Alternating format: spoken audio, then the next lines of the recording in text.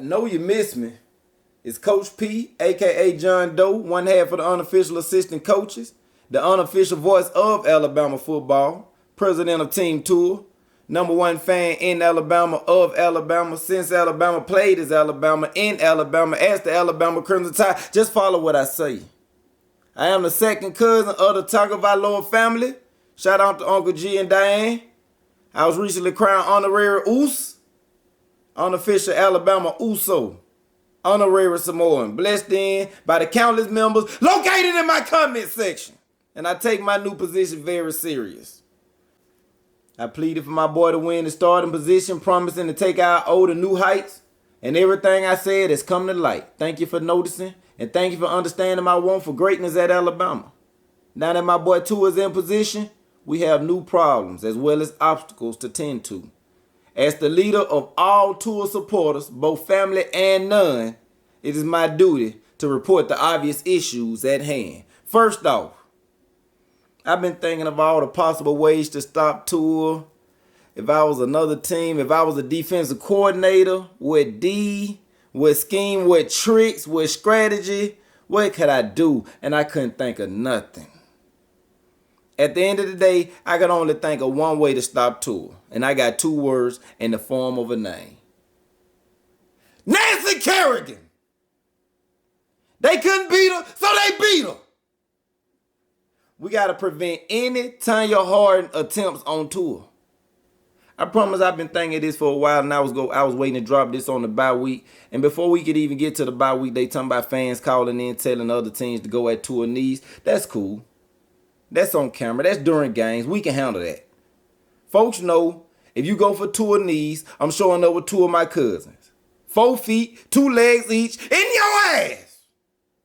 But my concern is off the field, before the game, after the game, etc. First off, we need a 24-hour Secret Service unit headed by our O-line, preferably non-starters, just in case some ass has to be kicked and we ain't got to worry about losing starters due to suspension. I need one lineman at the elevator or the floor to a sleep zone, one outside his dorm or apartment door. If Tua goes to any party, he is to be accompanied by 2 linemen or 2 linebackers and or 3 defensive backs. We need a certified food tester for away games. Tua is not to eat any foods until 5 minutes after the tester tries the food. If the food tester don't fall out within a few minutes, Tua is okay to eat. No more holding kicks for Tua. We already have enough threats to our kickers from missing field goals as is.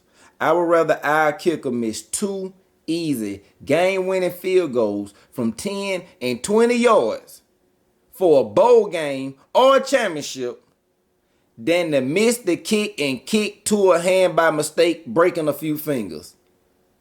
Oh, he's dead. He is dead.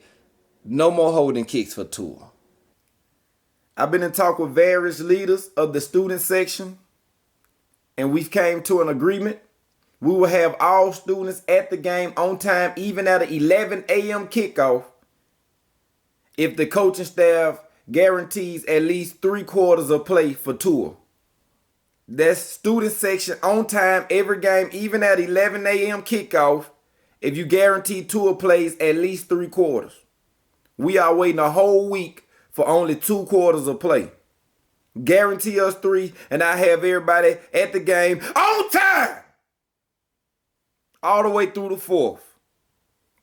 Girlfriends, besties, etc. I need all females with potential in Tua's life to be screened. Lie detector tests included. And this can be financed privately.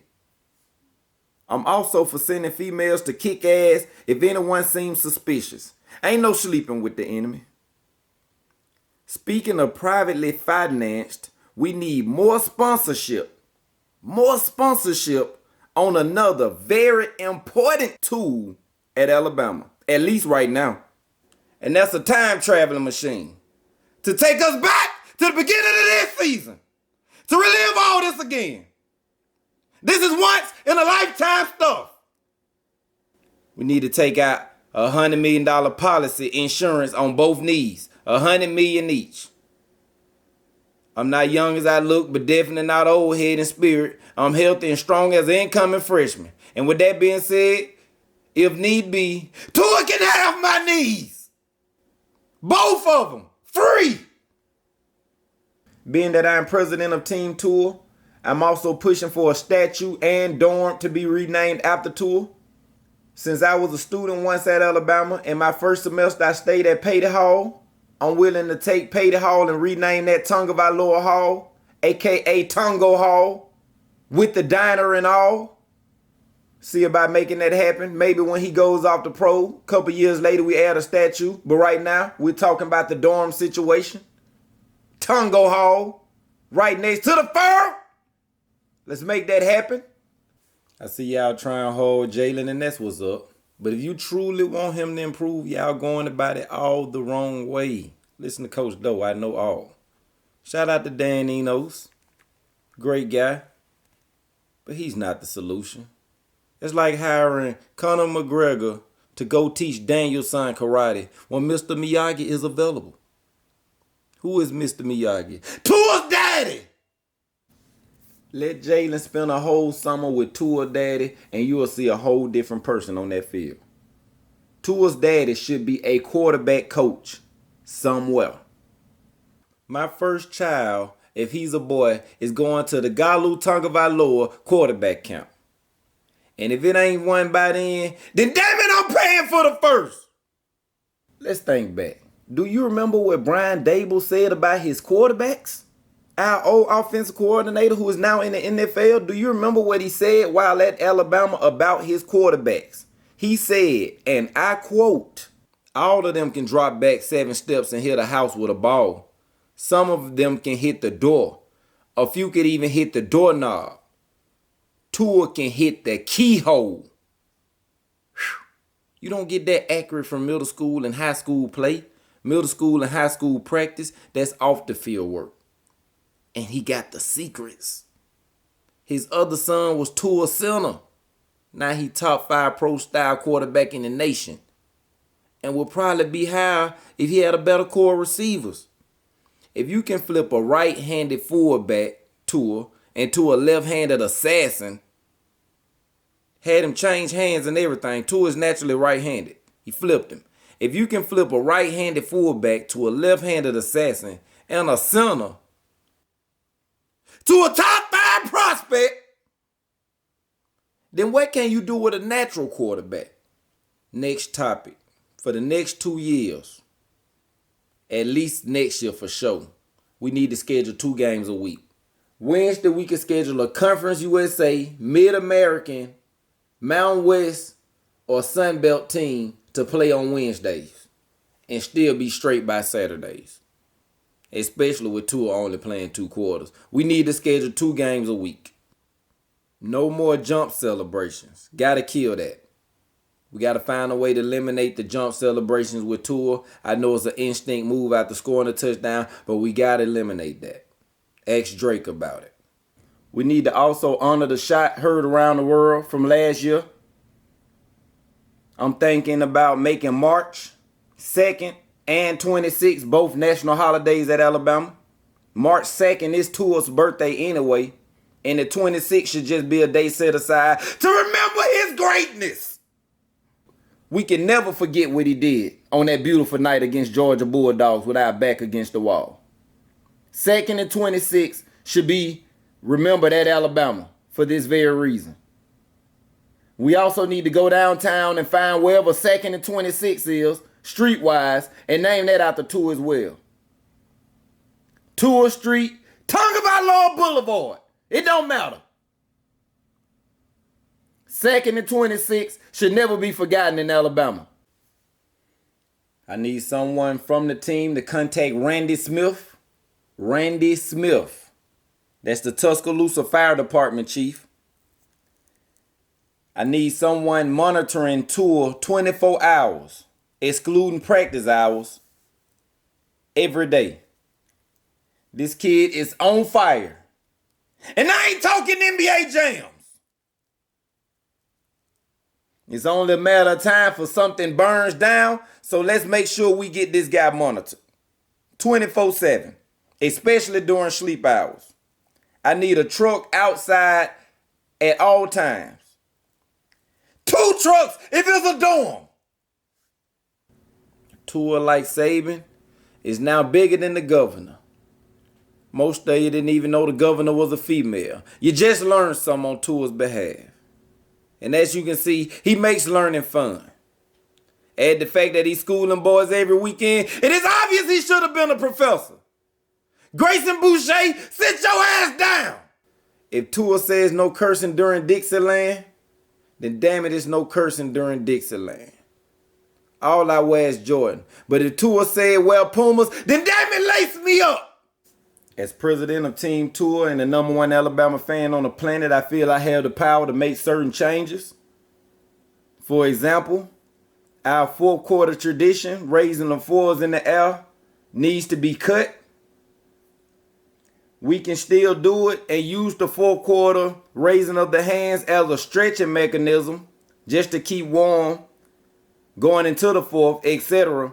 But it's really not needed. The game is already over by then. As long as Tua play, we need to switch that up to the 2nd quarter. So after the 1st quarter, going into the 2nd quarter, everyone need to throw their tools up. That's pretty much when we usually wrap the game up these days.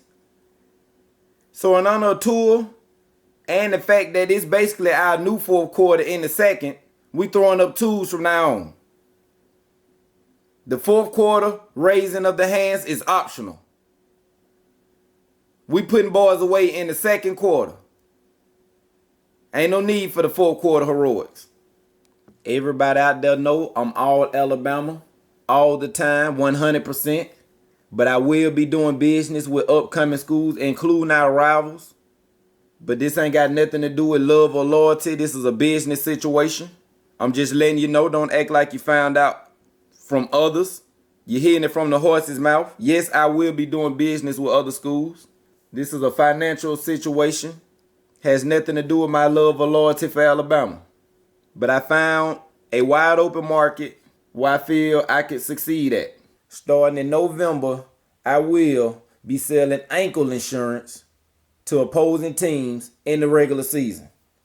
That's right, any DB facing Alabama in the regular season, I got your ankle insurance. Especially in the SEC. As long as Jerry Usain Judy, Jalen Jubitus Waddle, and others are at Bama, I can eat good. Attendance. I feel every player should be accountable for his tardiness and absence at every game or practice.